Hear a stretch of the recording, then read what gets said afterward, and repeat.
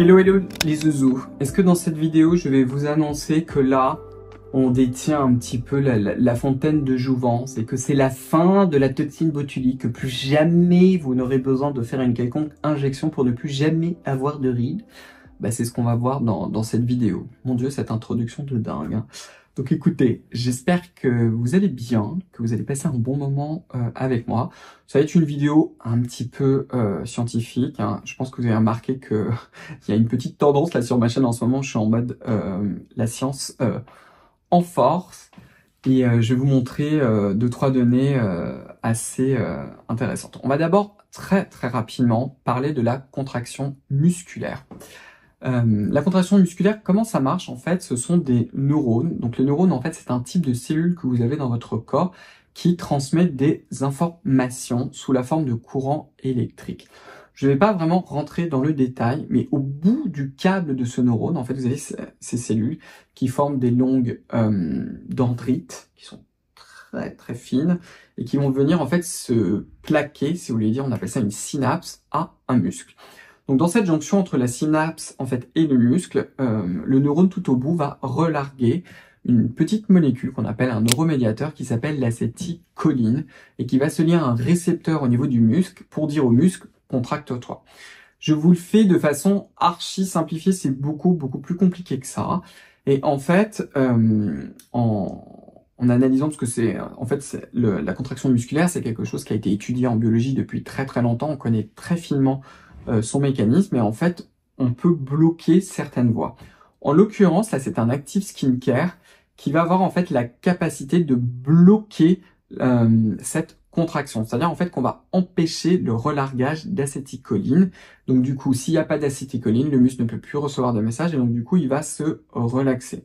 J'ai oublié la toxine botulique, dans quelle partie du mécanisme ça va agir, hein.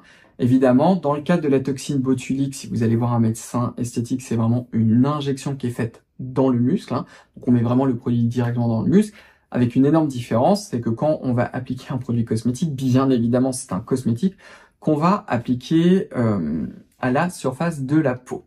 Cet actif-là, j'ai fait exprès de vous parler du plus vieux, ce n'est pas le seul, et c'est l'argireline. Vous en avez un autre. Alors je sais pas exactement au niveau temporalité quand est-ce qu'il est apparu, qui s'appelle le Synake, S-Y-N-A-K-E. Alors celui-ci, en fait, son nom, qu'on appelle aussi venin de serpent, en fait c'est parce qu'il a été étudié à partir du venin de la vipère. Vous avez beaucoup de ce qu'on appelle de neurotoxines, c'est-à-dire finalement des poisons de serpent, parce que les vipères sont très fortes enfin pas que les vipères d'ailleurs, sont très fortes en venin, et très souvent en fait ça paralyse la proie. Et pour paralyser, il faut empêcher la contraction musculaire. Et le venin de cette vipère-là, alors je me demandais plus laquelle, enfin j'ai un peu oublié, a été étudié.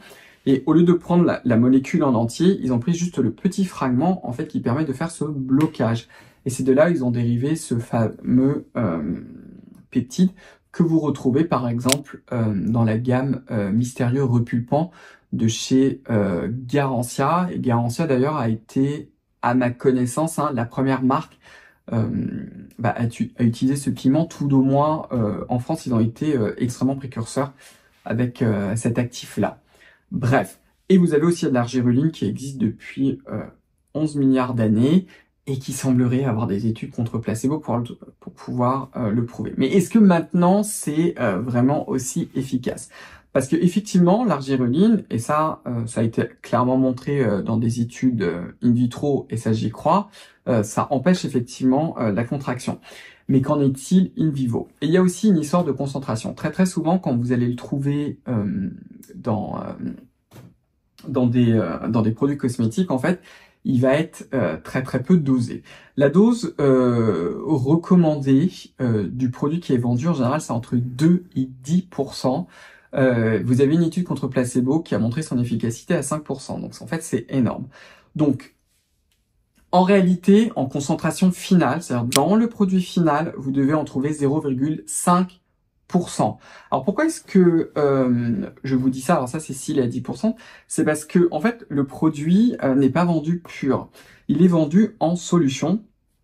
Par exemple, en l'occurrence, cette argireline, c'est de l'eau, de l'acétylhexapeptide 8, qui est en fait le nom que vous allez retrouver dans la liste INCI, de l'argireline associé à un conservateur qui est par exemple le caprylyl glycol, qui est un excellent conservateur au passage.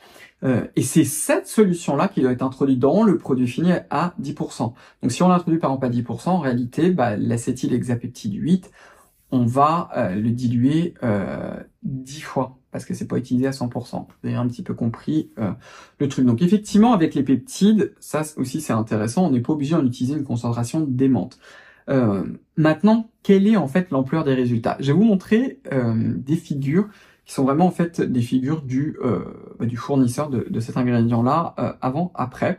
Donc là, par exemple, je vais vous donner, avant de vous le montrer, je vais vous dire, ils vous disent que par exemple que le volume des rides, alors là en l'occurrence c'est les rides de la patte doigt, ont été diminuées de 20% et la longueur des rides de 15,9%.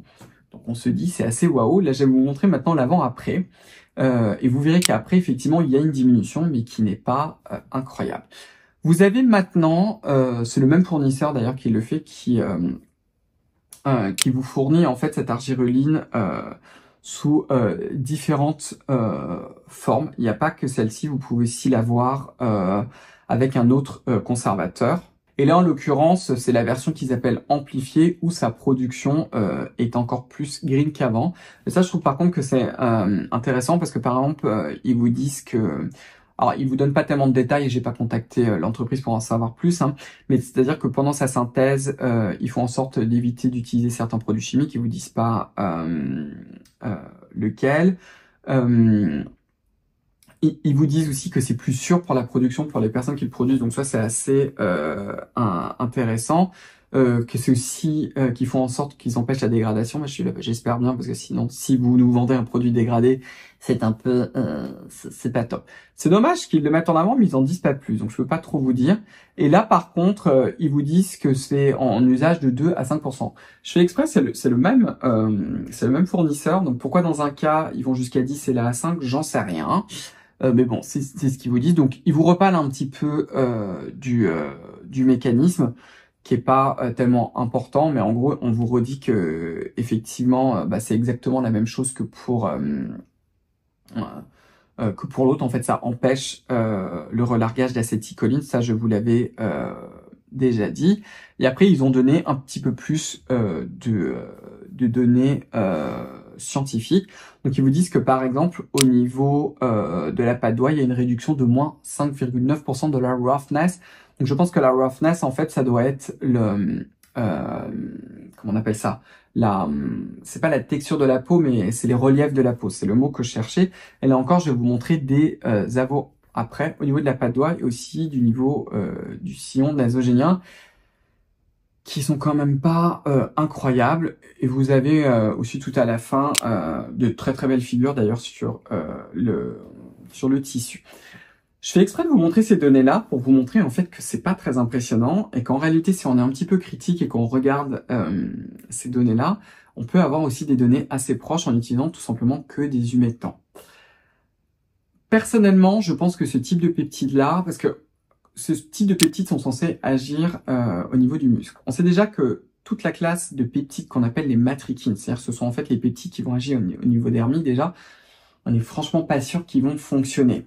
Parce qu'il va falloir qu'ils passent la barrière cutanée, qu'ils passent l'épiderme et qu'ensuite ils passent le derme. Là, pour agir au niveau des muscles, il va falloir passer l'épiderme, le derme, l'hypoderme, c'est-à-dire la couche de gras, et enfin qu'ils arrivent au niveau du muscle. C'est quand même très très loin, vous voyez. Donc, je vous avoue que j'ai des forts doutes. Est-ce que ça veut dire que dans une solution, et que pour certaines autres c'est forcément une mauvaise idée? Non. Je pense typiquement qu'au niveau, par exemple, du front, on a quand même un tissu adipeux qui est beaucoup plus fin. Au niveau de la patte doigt aussi, au niveau dessous des yeux. Par contre, au niveau du sillon nasogénien, par exemple, on a quand même là, d'un point de vue anatomique, on a quand même beaucoup plus de graisse. Franchement, il y a quand même très très peu de chances que ça fonctionne, et je pense que les résultats qu'ils ont obtenus ne viennent pas de là. Est-ce que c'est un ingrédient qu'il faut utiliser? Je trouve que quand on est dans une formule, je passe par exemple d'un sérum qui pourrait être designé en anti-âge, même hors rétinoïde, etc., pour avoir quelque chose de doux mais d'efficace. Est-ce que ça pourrait avoir sa place? Oui, comme on dit, ça mange pas de pain d'essayer de bombarder partout, parce que le gros problème en fait qu'on a en cosmétique versus en médecine, c'est qu'on n'a pas vraiment de papier avec des études cliniques en train de vous dire si ceci combiné à ça, ça marche mieux que ça. Malheureusement, on n'a pas tout ça. Il nous manque en fait énormément de données pour le prouver et c'est un petit peu dommage. Donc c'est vrai que quand on formule, parfois on peut se dire bah du coup on va combiner comme ça plusieurs actifs pour être sûr qu'en gros il y en a au moins un qui fonctionne, mais c'est pas vraiment prouvé. Si jamais vous voulez vraiment le tester, on le retrouve dans pas mal de formules, mais vous avez aussi une formule qui est pas chère du tout, qui est celle de chez The Ordinary, qui est tout simplement leur solution d'argireline, qui de souvenir d'ailleurs est à 10%. Alors j'imagine que c'est la solution, le mélange de tout, qui est dosé à 10% dans la formule finale. Voilà. Dites-moi si jamais vous en êtes servi. J'espère que ça va un peu plus vous éclairer. C'était une vidéo que j'avais envie de vous faire, donc si j'en reviens à ce que je vous ai dit au début, est-ce que ça veut dire que ça vous dispense de faire des injections de toxines botuliques si vous aviez envie d'en faire?